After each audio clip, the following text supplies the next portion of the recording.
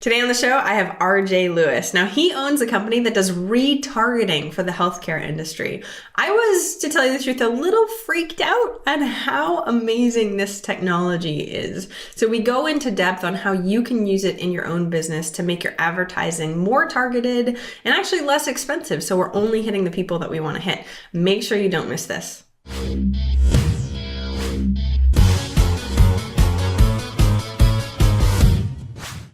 Welcome to Eventual Millionaire. I'm Jaime Tardy, and today I have on the show RJ Lewis. He owns a company called eHealthcare Solutions, and they do advertising for many different healthcare providers, which is amazing because I need that because, of course, I have to find my own healthcare, and it's a pain in the butt. So I'm really happy he's on the show today. Thanks so much for coming on, RJ. Pleasure, Jamie. Thanks for having me. So in doing my research, it really looked like you're not in the healthcare space as far as you're not helping people get healthcare. You're helping people find it and the right providers. Is that a good summary?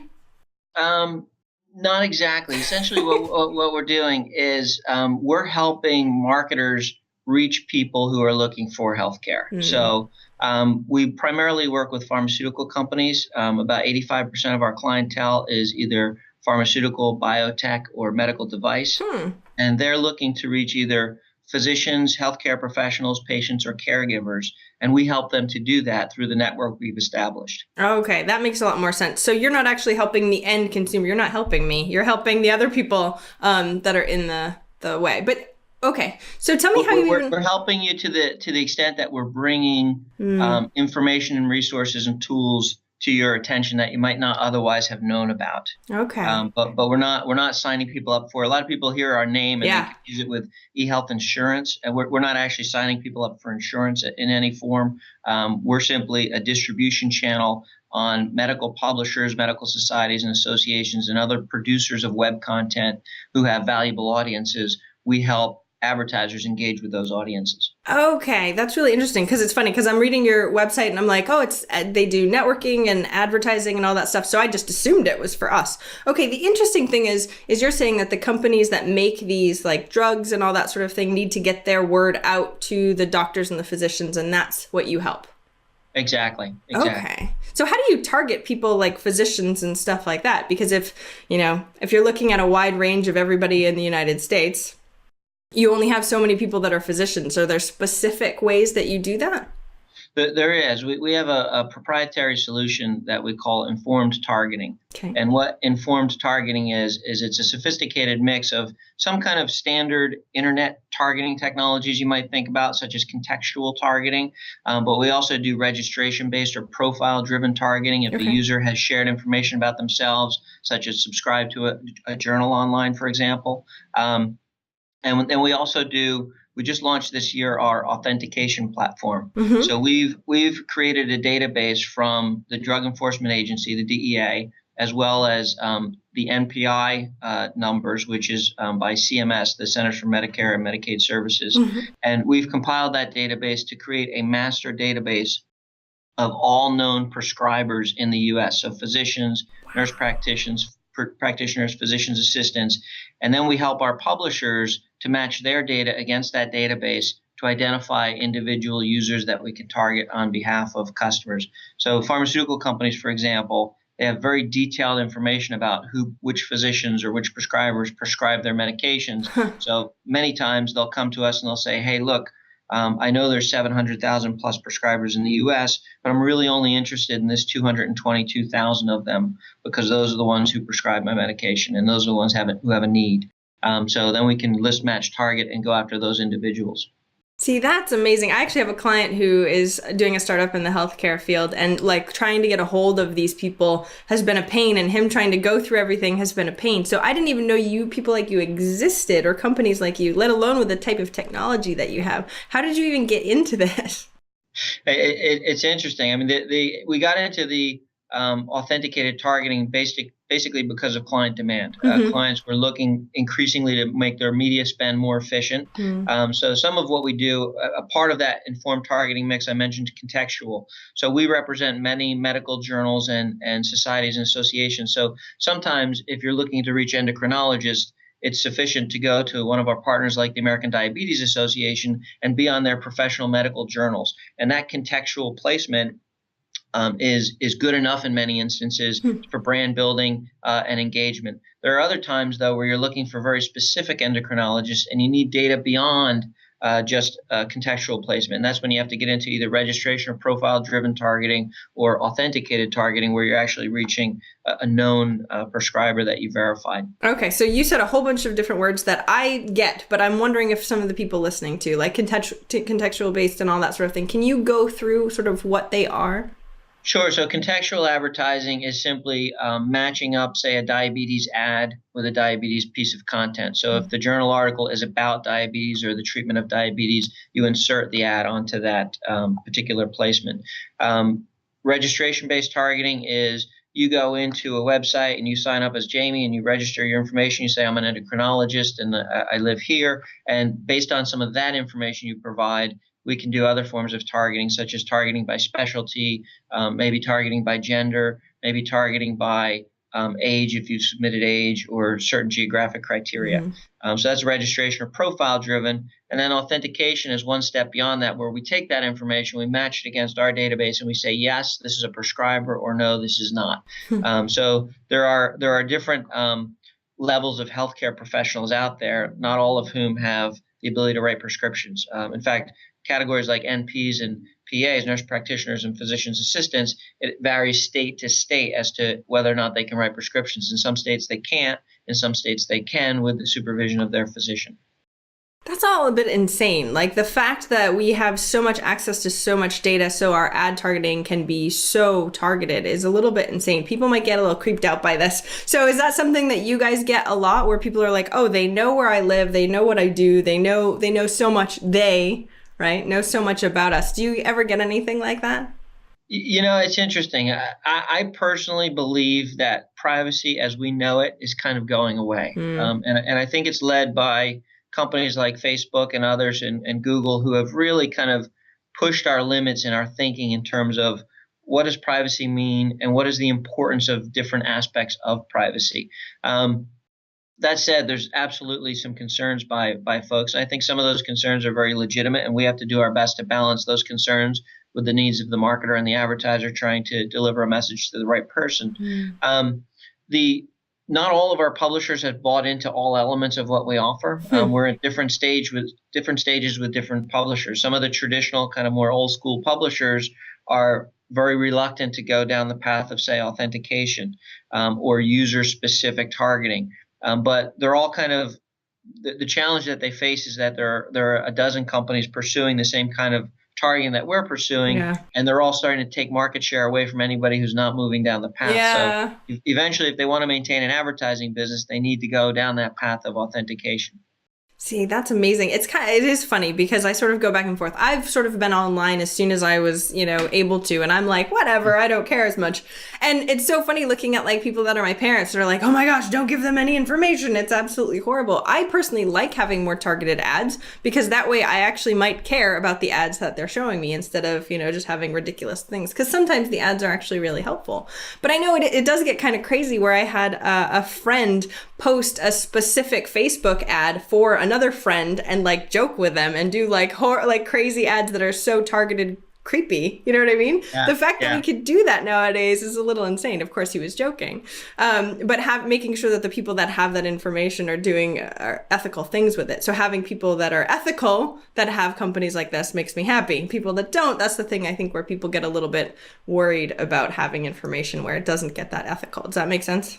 It makes total sense. And I think your point is right on. And I think that's kind of the promise of targeting in the future, where the messaging that's delivered to you starts to feel less like advertising and it actually starts to feel really helpful. So if we'll call them they, but if those who are delivering ads online, if they understand that you're in the market for a car and that you happen to be looking at Jeeps and that you happen to like a certain color or a model, et cetera, and they can start to deliver really useful information to you, that's kind of the holy grail. That's the promise of where we're all trying to go. Advertisers themselves haven't really caught up to take advantage of the targeting. Many times we'll do a campaign with somebody and we'll create several clusters of different audience profiles that they can reach. And in theory, they should be creating custom and unique messages for each of those segments, if not each of those individuals. But often they haven't caught up to that yet because of their own bureaucratic issues. Sometimes it's, hey, here's one campaign, just run the same campaign to everybody. And it kind of defeats the purpose of the segmentation that we're doing in the first place. Of having all that data and then you don't actually do anything with it. That's good. I have my own creepy story for you because I think online advertising done inappropriately can be creepy. I got married a few years ago, and when I was in the midst of searching for wedding rings, I was using the website Blue Nile a lot. And Blue Nile utilizes behavioral targeting. So because I was on that website, they drop a pixel or a cookie on my computer, and then they buy advertising elsewhere. So as I surfed around on my computer, I would see a lot of Blue Nile advertising. I didn't happen to notice it until one day my now wife, then girlfriend, was using my computer, and she was surfing online, and everywhere she's going, I'm kind of looking over her shoulder. Everything is a Blue Nile ad, and I'm thinking, this isn't good. And thankfully, she didn't kind of pick up on the fact that she was being targeted or my computer was being targeted. She just kind of made a comment that, wow, Blue Nile must be having a heck of a sale. They're advertising everywhere. Thankfully, it didn't let the cat out of the bag. Yeah. But it's a great example of where you're trying to keep a secret about a proposal happening, and you could let the cat out of the bag with inappropriate targeting. That's hilarious and sad too. Thank goodness she didn't get well, she probably had a good idea. Hopefully she had a good idea you were going to ask.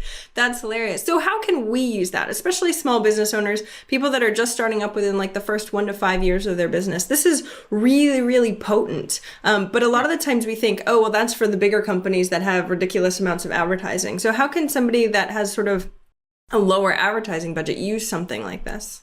It's actually best for small business because you have a low budget. The smaller your budget, the more targeted and focused you need to be in your efforts.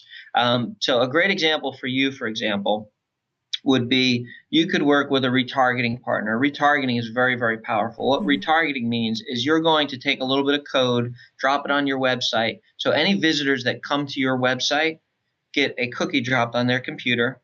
And then you turn around and you buy advertising in ad networks or exchanges or through partners like us and retarget those individuals. So now you're saying, hey, I want to spend money online, but the only people I want to reach are people that have been to my website.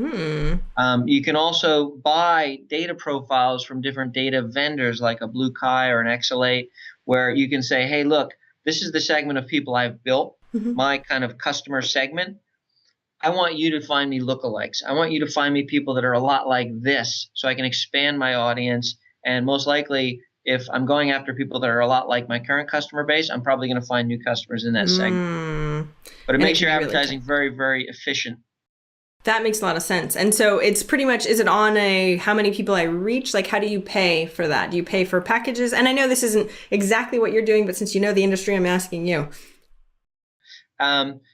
You're typically paying for that on a cost per thousand basis. So you're typically buying on a CPM, meaning, and it could be anywhere. I mean, literally, your segment is probably a very valuable segment in terms of who you're reaching. Depending, you've got two clienteles, right? You've got the folks that you're interviewing, who you're trying to attract more interviews, and then you've got the people who are reading about that, who are kind of trying to learn and build up their own self business skills, if you will, or improvements in themselves. So those segments are going to probably be priced differently when you look at an exchange. But you could look at CPMs that are, $1 or $2, all the way up to, very expensive CPMs, depending on how specific your segment is and how many other people want to reach those individuals. So when you look at physicians, for example, there's only 700,000 of them roughly in the country. And when you start to boil that down on individual prescriber lists, you can get lists as small as, a handful, 5, 6, 7, 12,000 prescribers of any one medication. Those individuals become exceedingly valuable because many people want to reach that same individual. Do you have any numbers as far as how long it takes somebody to buy? I mean, you must, for having to do with at least your specific niche, because I see tons of advertising. You saw Blue Nile ads all over the place, yet you weren't necessarily clicking. And did you actually buy a ring from Blue Nile, or did you go somewhere else? No, I did. I did make my purchase there. Uh, It worked. yeah, I don't know if it worked. I mean, I was already committed to the site, which is how I got tagged in the first place. But Mm. it probably didn't hurt because I probably did go back a little more than I would have, and that builds the relationship. That's one of the greatest challenges is in online advertising is figuring out what works. Mm. Advertising generally. I think it was John Wanamaker who said 50% of my ad spend is wasted. I just don't know which 50%. And online has been doing a nice job of chipping away at that. Hmm. There's still an area, though, of ambiguity where it's hard to do what's called attribution as to what works. So if you're running a search marketing campaign, if you're doing search engine optimization, if you're running display advertising, if you're running certain sponsorships, Mm. you might have a user who's been exposed to a combination of those. Mm. Which one kind of gets the credit for a sale happening when it happens? There are a lot of studies that have been done, for example, that show if you run search and display simultaneously, Hmm. your search engine performance will actually get better because you're running display. So your brand becomes Nice. more recognizable. So when Yeah. it comes up in a search result, they click more. But search in that case generally typically would get the credit for having that conversion when display actually lifted the performance of search. And it Mm. works in reverse sometimes as well. Nice. Okay. Credibility lends itself to each side. So how long should you commit to doing something like this? So say I decided, which, I do. I definitely want to try some of this. I haven't really done too much with it. So say I decided to try something like this, but how long of a commitment should I really make? Especially because we're told, someone has to see your ad 7 times before they ever click on it and all that fun stuff. How do we make that determination? It depends on what your goals are, what it is that you're trying to achieve. And this is one of the most important questions to really understand with clients before you even start making any recommendations in any form. What is it that you're looking to achieve? Because if you're looking to achieve brand building and get your brand out there and create awareness, Mm. what you just said makes a lot of sense. 7 impressions or more starts to build that brand impression. If you're looking for performance Mm. and you're looking to get people to your website and that's the only measure of success, or you're looking to get people signed up for your newsletter and that's the only measure of success, or to watch a video, it starts to change. And actually, the 7 would be too much. If you're looking for performance, typically after you've exposed somebody to your message 5 times, if they have not clicked, they're not likely to. Doesn't mean they're not a good candidate for you. It doesn't mean you don't want to continue to brand build if that's your target, especially if it's one of those highly coveted targets that you're trying to go after. But if you're looking for performance, everything changes. It becomes much more about what is my cost per acquisition, what is my cost per click, what is my cost per action that the user Mm. takes. But then you have to also make sure at the end of the day, is it the right people? So great, I got thousands of people to my website and a whole bunch watched videos and they signed up for the newsletter, but were they the right people? Mm. So there's this continuum of from brand building all the way down to kind of engagement, and your quality tends to be pretty different here. On the brand building side, we can give you excellent quality and make sure you're hitting the right people. Mhm. We can't always make them engage with something. That's Hmm. kind of the challenge that's out there for marketers and advertisers alike. And we have partners throughout the media buying process that have some of that responsibility as well. So many of our clients work with ad agencies who are responsible for their creatives and their development. We actually don't produce the ads in most cases. We Huh. just target and distribute them. Mhm. So if we put you in front of the right people, but they don't engage, sometimes you have to be willing to go back to the drawing board and say, well, let's look at our creative and figure out if we have the right value proposition. Are we making the right offer? And that's where clients that's where it gets frustrating at times because it is a constant iterative process. The beautiful thing about data is you can market, react, market, react, market, Mm. react, and you can continually change and improve your campaign, but you have to be willing to do that. Because it's More often than annoying not, sometimes. Yeah. a client just wants to say, "Well, that's my campaign. Just stick it out there." I Okay, don't care if I'm but losing money. Just I don't want to deal with it anymore. Go ahead. right, don't shoot the messenger if it's not performing the way Mm. that you might have hoped. Because we know if we tweak this and change this, we're going to improve performance. Mm. Do you do a lot of split testing then to try and see what works better? Yep, you can do split testing. You can do uh, simply running multiple creatives. So often we'll say, look, start with a broad basket. Give us branded creatives, give us unbranded. If somebody says, here's a classic example. If somebody tells us in that initial needs assessment conversation, hey, it's not about building the brand, it's about getting engagements. The first thing I'm going to say is give us unbranded creative. We know that works better. Put an interesting question out there that people are going to respond to or want to know the answer to. Oh. And we know that's going to drive more clicks. I mean, it's proven through numerous studies that an unbranded creative is going to get you a lot more visitors than a branded creative. And that's where the conflict comes in, because then they say, no, but I want my brand on there. Okay, well, wait a minute. You just told me the goal is not branding, it's engagement. So where on the continuum do we want to be? And many times it's kind of like, well, we want to be in the middle. We want some branding, but we also want the engagement. But when you do that, you're not really going on either side, and they might not get the results that they necessarily want. Exactly. And so oftentimes, to answer your question about split testing, one of the things we'll often encourage is, look, give us multiple creative. Let's do some branded. Let's do some, do branded with call to action A, call to action B, call to action C. Do unbranded with different call to actions. Let's try different pictures. If you're trying to reach women, is it a picture of other women that attract them to click, or is it a picture of men that attract them to click? So let's do some creative testing that way.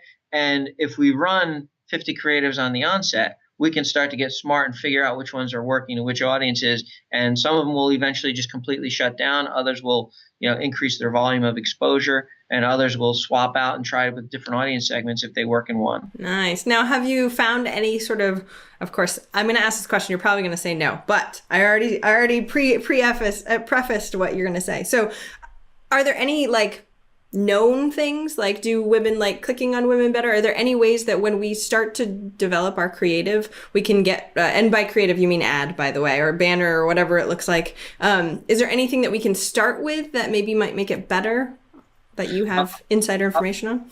I'll give you a very strange one, and that's the wonderful thing about data. You have to let the data speak to you, and you have to take all of your personal beliefs and limitations that are kind of in your psyche away and brush them aside, because every marketer has instincts, and the data doesn't always agree with the instincts. So one of the things that we've seen a lot is on conversion pages. So when you've got a registration page for an end user and you're trying to get them to register for, say, a newsletter or to sign up for a site membership or something, the color lime green as your background color yields a higher conversion than any other color. Okay. It's just a strange kind of anomaly, but it works. And you got to go with what works. Yeah. And you're going to, of course, come in touch with the marketer that says, well, lime green's not my color. I can't use that. I have to use the gold and the red. That's my brand color. Okay.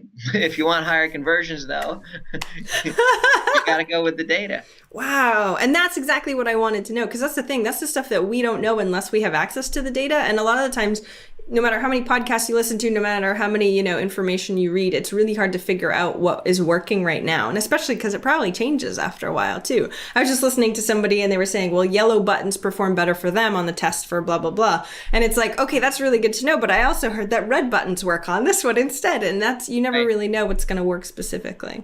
Well, think about all the variables that are going into it. It's not just the content, but it's the audience. It's the individual people that are reading it. So for some audiences, yellow buttons will work better, and for some, red buttons will work better. So it is a trial and error type of environment where you continue to build on the learnings you've already had, which is a great asset. But every brand is a little different. Every customer experience is a little different. So yeah, there is a lot of testing that happens. Well, and let me ask you this, because I get a lot of people asking me this too, and I don't know the exact answer specifically. So when you're split testing, how many people do you really need to have to determine whether one is better than the other? Because there's different people. You don't know if you just hit a bunch of these kind of people that like this better. You know what I mean? How many do we need? It depends in part on your audience size. So if your audience size is millions of people versus if we've got customers who say, look, there's only 6,500 people on the planet that matter to me.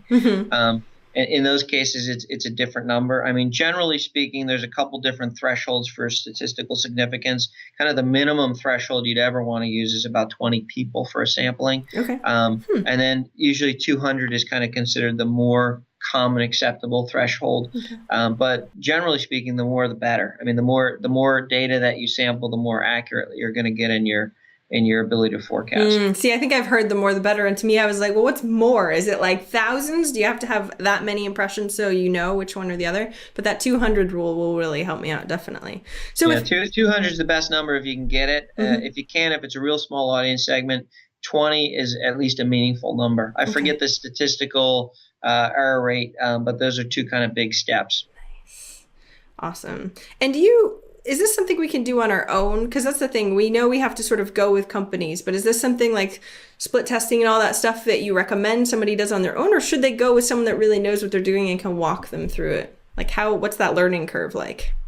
It's a great question. I think it depends on your business and the long-term uh, desire for where you want to take your business. If you want to build this as an internal core competency, Mm-hmm. it helps to do it on your own and learn from it. We for example would need to do that because we offer that service to others. So we want to continue to improve, not just on our own efforts and our own marketing campaigns, but on every campaign we execute for somebody else. We want learnings to come from that. If it's not your core business though, more often than not, you're better off going with an expert who has that knowledge and can do that for you. I Mm. mean, if a client hires us, they're not just hiring us to do some execution that they could do themselves. They're hiring us for the 15 years of experience that we bring to the table, so that they Exactly. don't go down the 15 bad paths that they might have chosen if they tried to do it themselves. Now, every one of those bad paths is a key learning, and it's an experience for them. So if they're trying to develop it as a core competency, that's not a bad thing, Mm. because you do have to learn. But generally speaking, if it's not going to be your core competency, you're better off bringing in an expert to do it. I like that because I think it seems like the learning curve on something like this is pretty high, and to waste a lot of time and waste a lot of money, that makes it hard too. So if I were to get started, right, we're going to go with me so that way people can sort of get a good general idea. If I were to get started, what would be the first things I need to do? Like, who do I need to contact? And I know this isn't exactly your business, but since you know it, I'm asking you. Thanks for coming on. We're not talking about your business, we're talking about other things. But why don't you like sort of walk me through, if I were to get started, or if there is somebody that wants to target physicians right now, Yeah. how would they get started? How do they know what companies to go through? How do we even begin? Sure. If it's okay, I'm going to use the physician one as the example because I'm more familiar with that. Perfect. I'll try and give you some guidance as well on Okay. how to get started. And by the way, there could be overlap, at least in terms of trying to find the millionaires. When you look Ooh. at the physician class itself, the average physician is essentially a millionaire and Ooh. and makes over about $200,000 a year. So um, it's a pretty good class in terms of some of the speakers that you're looking Nice. for. Cool. But if somebody's looking to get started and they want to reach physicians, first you have to kind of assess the marketplace. Mm-hmm. You're going to start with understanding where physicians go, and you're going to probably buy some, either do primary research on your own or buy some research from a syndicate such as Manhattan Research, who's going to give you, for a fee, a whole bunch of information that they've done through surveys and polling as to where physicians go. Okay. You're going to want to understand. And you're going to want to talk to all those vendors and understand what it is that they have to offer. And then you're going to want to start to compare those vendors with each other and figure out where you can reach your specific audience most effectively. And then generally speaking, you don't want to place all your eggs in one basket. That's always a risk because there's a lot of other factors that go into whether or not you're going to have a good experience. The customer service of the company, the data that they're willing to share, et cetera. So you're really going to want to look at a media plan that probably contains at least 10 or 12 different players if you're a large brand. Okay. It might be a lot less if you're an individual business owner. And then many of those partners, like us, we aggregate numerous partners. So we've got 75 publishers who have 400 plus digital opportunities, either websites, email lists, or mobile apps that we can reach. So by having us on your media plan as one partner, we're actually giving you distribution in a far greater audience segment, and we're making it turnkey and easy for you. Part of the value we bring to the advertiser is that they can get vast distribution, highly targeted, on a large number of very high value, credible sites very quickly. And then if they want to change an ad and say, hey, we want to pull down the blue ad and put up the red one, one phone call, one contact, and we do it for you across all of them. Yeah. If they had to do that manually and recreate that process, it's countless hours of labor. Yeah. Okay. I'm going to stop you because I have a bunch of questions having to do with that too. So number one, so buying research. So you gave us a recommendation for physicians. Is that something that's easy to find by a Google search on like where we can find this type of research or? Typically. Okay. I mean, often for somebody like you, I would recommend, I don't know how large your newsletter list is, but you've already got a number of followers. So probably the easiest thing for you is to literally put up a survey, monkey survey, and ask people, what are their top 5 favorite sites that they visit, for this type of information, and reach out and just poll them. And if you're going to see some themes that come back, Okay. And you can do that in phases. So you can do the first wave to maybe, I don't know, 15% of your audience, you do it as open form, and you go to more if you're not seeing trends develop. But once they start telling you and you start hearing repetitive sites come up and again, you put them on a list, and then you can go to the broad audience and make it really easy and just have a pick list of these 10 sites. Which one do you visit most frequently for this type of information? And then the ones that boil to the top are places for you to go and talk to about advertising or sponsorship, because that's where your audience is, and people like your audience. I love that. Okay. Are there any other, so if I'm going to survey them, is there any other information I need from them besides just the top sites? Should I be getting like demographic information? Should I be trying to ask other things?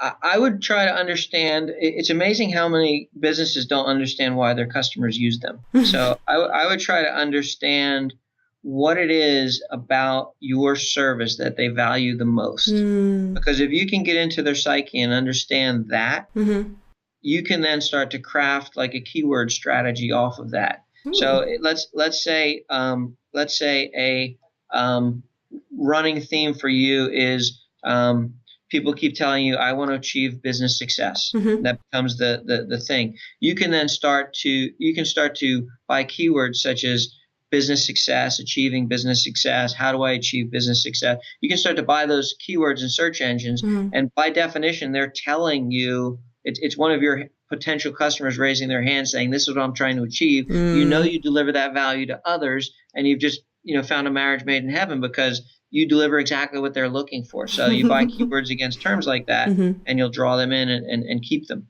Nice. Okay. And what do you mean as far as buy keywords? Are you talking like Google ad space? Are you talking like how contextual ads? Is that what you mean as far as buying those specific keywords? Yeah, Google AdWords or other search engines that offer targeted keywords, you can do that. But you can also work on your own search engine optimization strategies. So if use that example I just gave. If achieving business success resonates as the number one reason people utilize and consume your product and service, you can write articles on your website with titles like, how to achieve business success. And as you develop more and more of that content with those keywords, you're going to come up, your natural rankings in search engines are going to improve as well. Do you guys do a lot of SEO kind of stuff, search engine optimization too, or no?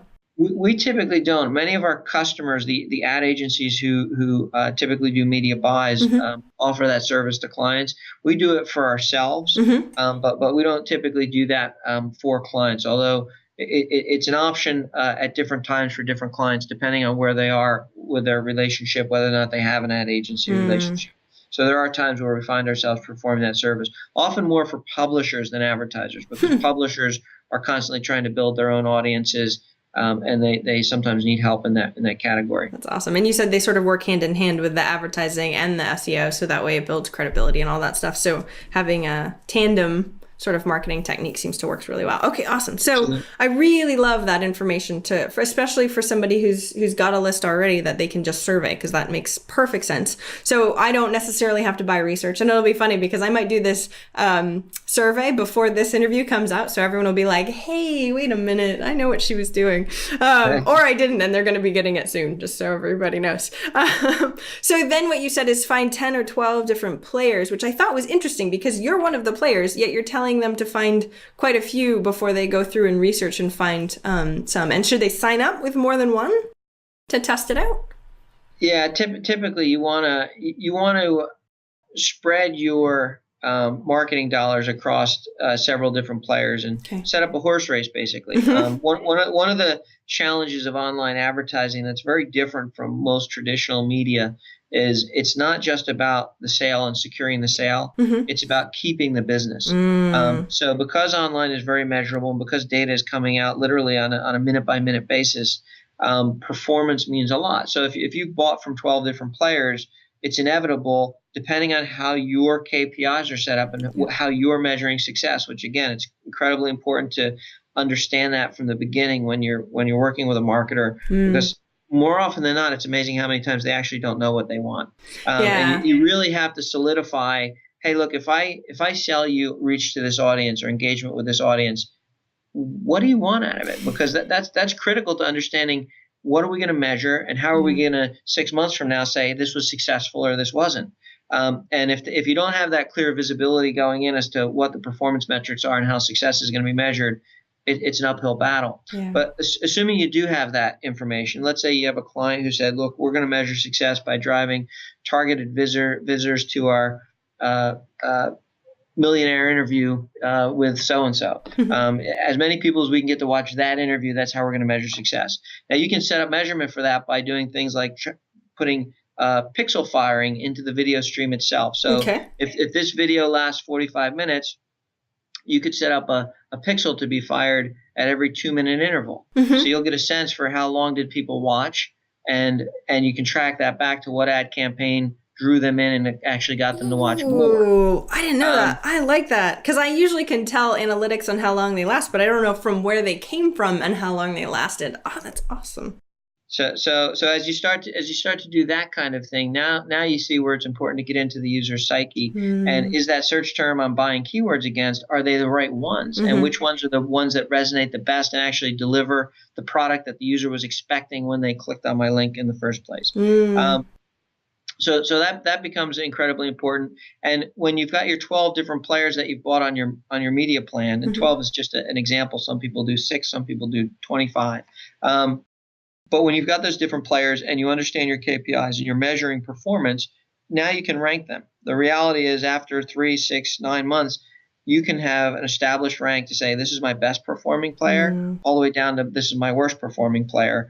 And then you can start to optimize them and say, hey, I'm going to take the budget away from the worst performer. I'm going to give it to the best. You're going to probably hit some ceilings at some point. That guy doesn't have any more inventory for you. He'd love to do more, but he's giving you all the valuable inventory he has. And maybe he starts to make another alternative product. But as you measure that, you find out, well, that actually isn't performing as well. That's way down here on the list compared to the thing I was buying. So then you might go to player 2, player 3, but you start to optimize performance against your media plan. I like that. And just in case everyone doesn't know, a KPI is a key performance indicator, and that's just that measurement technique. Like you were saying, we need to know what we're measuring beforehand. So that's really interesting. What do you expect someone to spend? Because I bet everybody that's listening is going, okay, I'd love to have, 10 players that I go and I find out, but my ad budget is not nearly that big considering I'm just testing it. So what do you expect to spend on, if we were to do physicians, what's an average customer spend with something like yours, and how would we do it in, if we were to times it by 10, that way somebody can get a good idea on what that would look like? Sure. Now we're probably a little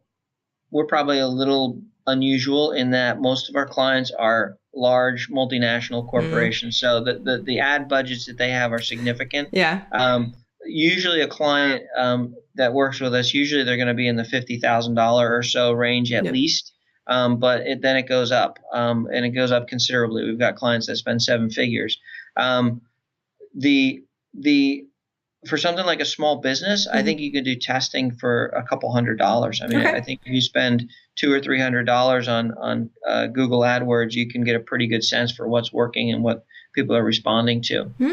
That's interesting. It's funny because I started doing Google AdWords a couple years ago when I first started, because I was told that it was really good, and I hired an expert and he went in and did all my ads for me. And then at the end of the day, we were sort of like, it didn't really do very much. And I was sick of just sort of throwing money at it and going okay, I got some interesting data. Like the people that want to look up how to be a millionaire are not my people. because See? those are people that want to, win the lottery, which was good to know. But I just felt like I was just sort of throwing money and going like, okay, that didn't work. Let's try something else. So what That, do you? that's a great data point, though. I mean, It that's is. exactly the kind of thing you figure out, right? Mm. Well, I would bet most of your people, well, the audience you were getting for that is quite different than the audience you would get with keywords such as how to be successful Mm. or how to be successful in business. Those are probably more your viewer, and you're going to learn that through that process Yeah. of testing different messaging. Yeah, but at the time, that's just like you said, I gave up. I was like, okay, I'm sick of doing that. I'm not going to do that anymore. But you're right, like getting the survey from my people and really finding out what they're looking for specifically. Because at the time, I didn't really have much of a list. So being able to sort of chat with people that already like what I do would be a huge, huge benefit, I'm sure. That's awesome. It would be interesting for you to find out how many of your viewers have projects or websites similar to what you're doing. In other words, how many people are bloggers about how to be successful in business? Mm. Because your customers themselves might be partners for you in marketing too. Mm. If you can get them to create links back to your site, and sometimes all you have to do is ask. Other times you might have to do some kind of reciprocal linking strategy, or make them a guest blogger on your site. You do the same for them. Yeah. But some of your customers might actually be potential partners as well. It's sort of been amazing actually, the people that I've gotten. I mean, I even just had somebody that said they listened to my interview and it changed what they're doing in their business, and he's a millionaire and I just had him on the show. I was like, I didn't know you were the guy that created that product that I absolutely love. Good to know. Come on my show. So it's sort of amazing the reach that you have and you don't even realize the people, because I don't have access to most of the people, or I have my email list, but I don't go through it with a fine tooth comb. So I don't even know like the amazing people that are all on the list, except if you email me, then I know you're amazing. So I'll probably get flooded with emails of being like, no, I'm amazing too. Perfect. And actually I want to touch on it because I know we need to wrap up in a minute, but I know we were touching on how you created a new business sort of out of the needs of what you're doing here. And I just sort of want to go through that process because I think a lot of people with starting new businesses in general are like, I don't know what the needs are. But once you sort of get in a business, you're like, oh, I need this, I need this. There's so many opportunities once you're sort of already in something. So tell us how you ended up creating another company. Sure. So ever since, eHealthcare Solutions is almost 15 years old now, and ever since we created it, we saw this problem evolving, having to do with discrepancies between ad servers. So to try and not get too technical, when we deliver an ad for, let's say, Pfizer, often their agency is hosting the ad on their own ad server. So we just take their code that makes a request to their ad server and we load it into our system. Our publisher has code that calls our ad server. So a publisher page loads. We say, what do we know about this user, targetability, etc. We say, oh, it's time to deliver the Pfizer ad. We don't have a physical ad on our server. We have a request to their ad server, so we pull the ad down from their server. Okay. So to the user, they just see a page that loads with an ad, but the reality is that ad made a decision in one server, and then it picked up the ad itself on another server, and both parties can track, is it clicked, does an impression occur, et cetera. Now, because of the internet and because of internet latency, those two servers never have the same impression count. So Pfizer says, hey, I want to buy 1 million ad impressions from you.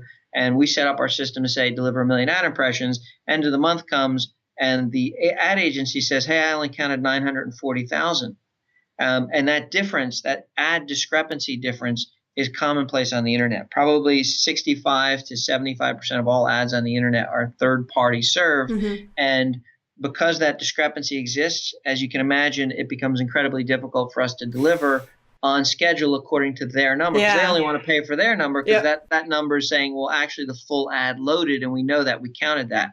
In that 6% or so that got missed, somebody hit the back button, or there was a power outage, or something happened where the ad didn't fully load. So we now have to deliver a campaign based on a number we can't see because it's in their server. And we also have to do billing based on a number they can't see. So this problem, as you grow a network, you grow a business, and you add more and more advertisers and more third-party servers, it becomes a huge operational problem. So what Adjuster does is Adjuster was set up to solve the problem of discrepancy management. And so it will automatically log into all of your third-party ad servers for you and pull down the data, and it will reconcile it with your own data so that you can see what you've called the campaign, what your impression and click count was, what the third party's impression and click count was, and it will give you a full dashboard every day as to how all that delivery occurred and what your customers are seeing in the way of data, not just what you're seeing. Okay, and people will buy that as like a third part, like another solution that they just install? Correct. The business is going gangbusters. We've got 52 of the top 100 ComScore clients by size. So Facebook is a customer, and Google's YouTube, and NBC Universal, and Disney, and basically the larger you are as an online publisher, the more you need this kind of solution, because it's the kind of problem that scales with your growth. It becomes a bigger and bigger issue for you the more ad campaigns you run and the more third parties you deal with. So Adjuster, I'll just give you the kind of quick story of how it formed, because it was really interesting. I started the business with my cousin and another partner, and my cousin came out. He lives in San Diego, which is where the company's based, but he was out here in Yardley, PA, where he's from, and we were sitting down. He had just the business that he was a part of before had just sold, so he had a nice little kind of cash out position from that business. And we're sitting down having a beer, and I said, "What do you want to do?" And he said, "I think I want to start a business, but I'm not really sure what to do." And I said, "Well, let me give you a problem. Any good business starts with a problem. You got to be able to solve a problem." I said, "Let me give you a problem that we've been grappling with, and I think the world needs a solution to." And I did a cocktail napkin kind of diagram of the third-party ad service. He knew nothing about online advertising. He had never been in the space before. His prior business was working it was software development for the U.S. military. So they were a private company, but the military, all the branches of the military were their customers. And so I diagram out this problem of third-party ad serving and the problem that's created. And he looks at me and he says, "I can solve that." And I said, "Well, this is a simple diagram. It's a lot more complicated than I just did." And he goes, "Let me tell you what I've been doing for the last 10, 12 years." He said, "What I'm allowed to tell you," because he had classified clearance on a lot of issues. But he said, basically what we've been doing is we've been getting the Army systems to talk to the Navy, to talk to the Air Force, because they all operate in these separate silos, much like all these third-party servers are separate silos. And he said their systems, prior to the software we built, what would happen is you'd have some guys on the ground in Iraq, and the Army would say, "Okay, we're calling in an airstrike," and they would call in coordinates to the Air Force. The Air Force would come flying over, and the Air Force guy would see a red X on the coordinates where he's supposed to drop the bomb. He'd go in, he'd drop the bomb, and sometimes there was friendly fire. Our guys were too close to that area, but the Air Force didn't know that. He said, so the problem we went in to fix was we had to pull the data out of the Army, because if you go to the Army guy's computer, he could look and he'd see, because there's a transponder on every backpack, he'd see all these little blue dots. And he knew exactly where his guys were, but the Air Force didn't know that. So we had to go in and pull the data from the Army, pull it from the Air Force, mix it together, and push it back to both parties so that they could actually see. Now the Air Force guy posts our solution. The Air Force guy sees the red X and he sees the blue dots, and he can call in. He can say, "Hey, the guys on the left flank are too close. Back them off before I hit." And you'll watch the little blue dots move away, and then he'll strike. So he said, "I fixed this problem for the military." That's insane. That it's the same thing, though. That's insane that he was doing something so similar, and that was the problem that you were having. Like, how does that work? Just automatically, synergistically? It's interesting, because a lot of, I think, this is where we're talking about, instincts, and there are times you do have to use your instincts. I think a lot of instincts would have said, taking a guy from a completely different industry and having him solve one of the biggest challenges in online advertising that nobody in online advertising has been able to solve yet, it might not be a recipe for success, but sure enough, it was. And I think often when you bring a fresh perspective to a problem or an industry, that's a good thing. I love that. And that's the thing, I get a lot of people asking, like, what if I don't know that much about the industry in general when I hop in? Some people are like, well, you need to have, expertise when you're going into a specific thing. But it's so funny, after doing so many interviews, it's funny sometimes having somebody come in that knows nothing about it, like you said, has a fresh perspective. And it's like, oh, that's easy. All you have to do is this. And you're like, how did nobody ever come up with that? That's amazing. So how long ago did you create Adjuster? We started the company in 2007. Okay. It was about 2 years of just head down software development, where we were utilizing our network as a trial, basically, to make Yeah. sure everything was working. We went through an iterative process where we'd give them feedback, they'd improve it. We'd give them feedback, they'd improve it, and we continued to do that until we felt we had a market-ready product. And then we started selling it in late 2009, and it just has taken off since. That's insane. And did you have to do a lot of marketing, or to you it was like everybody was like, "You solved the problem, I'm sold." It's interesting because it's a fairly small industry, and we haven't done a whole lot of marketing because once the fact that there was a solution to this problem that everybody has is such a universal problem that if you're in the online ad operation space, literally our sales calls sometimes are 15 minutes. We go in and we do a demo, we show what it is.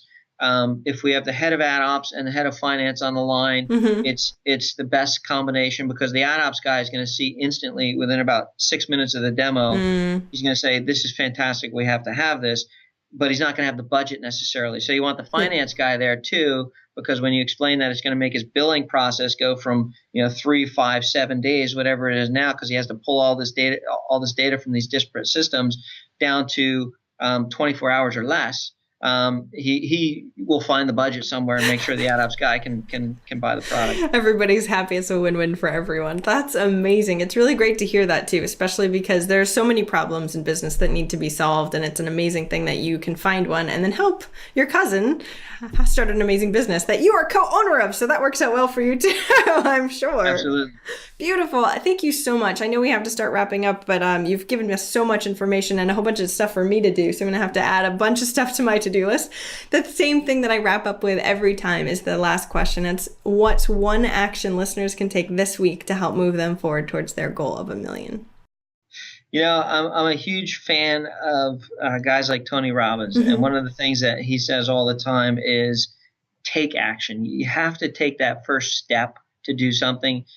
Every project, a lot of people look at the concept of starting a business or growing a business as such an insurmountable amount of stuff. You just mentioned I added a whole bunch of stuff to your to-do list. If that to-do list gets too long, it just starts to look intimidating and you get paralyzed. But if you take action and do the first one and cross it off the list, you've made progress. So I would recommend a video. It was by Matt Cutts of Google, and it's on TED videos. I'm a big fan of the TED video series.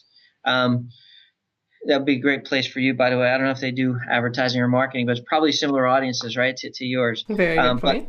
But Matt Cutts has a video out there called something like the first 30 days, and his recommendation, it's a repurposed recommendation. I don't know whose original suggestion it was, but he shared his experience around it. His recommendation was find that new thing that you want to do and commit to do it for 30 days. Don't make the commitment overwhelming. So just maybe dedicate a little bit of time, but you have to do that action. So I've wanted to learn piano for years. So the big thing that I'm doing right now is I committed to 20 minutes a day. I'm going to sit down. I'm going to play some piano. Not too much time that I look at it and I can't do it, but it's enough time to get me into it and actually improve my skills. So for the 30-day window, play piano, play piano, play piano. You can do the same thing with exercise. There's a great exercise program out there called the 7-minute workout, where literally in 7 minutes you get your heart rate up. You work every aspect of your body, and it's only 7 minutes. I mean, nobody can say they can't find 7 minutes to do a workout. But you have to commit to do it. And if you do that consistently for that 30-day window, you build that habit, and it becomes a habit to do, and you're going to keep it. Nice. I love that. And I haven't seen that TED Talk. I watch 1,000 TED Talks and I haven't actually seen that one. So we'll make sure to find it and link it up so everyone can check that out too. So after this, go watch that because I'm sure that'll be inspiring also. Thank you so much for coming on the show today, RJ. Where can we learn more about you, especially if someone is listening that does have the needs that you guys service? Where can we find more? Sure. Our website is www.ehealthcaresolutions.com. If you're interested in the other business I mentioned, it's Adjuster, which is www.ad-juster.com. And you can follow me on Twitter at rlewis. Awesome. And we'll definitely link all that stuff up so everyone can check that out in the show notes. Thank you so much for coming on today. I really appreciate it. Thank you, Jamie. It was a lot of fun. Thanks for listening. Now, the moral of the story, I guess, is if you're buying your girlfriend a wedding ring, don't let her use your laptop. No, really. Now, I know I need to be implementing this stuff and you do too. So if you have before, go ahead and comment. Go to eventualmillionaire.com and click on RJ's interview and you'll be able to comment below. I want to hear, have you tried it before? Are you looking to try it? Go ahead and put a date on when you're going to try it because I need to try this too and you can help me stay accountable and I'll help you stay accountable too. So check it out. Definitely try it and let me know how it goes. I hope you enjoyed this interview and have an amazing day.